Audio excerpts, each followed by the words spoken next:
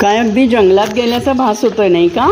पण हे जंगल आहे फ्लाइंग स्पॅरो या झाडांचं. यालाच आपण सीतेची वेणी असं सुद्धा म्हणतो. हा वाफा या दिवसात अगदी फुल भरलेला असतो. श्रावणात बागेत लाल पिवळी फुलं खूप येतात. त्याच्यात हा देवीचा आवडता आघाडाही येतो.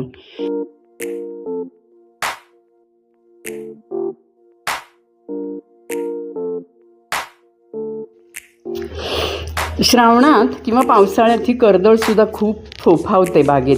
आणि मग सत्यनारायणाच्या पूजेसाठी आजूबाजूचे लोक कर्दळीचे खुंट नेतात आमच्या बागेतून.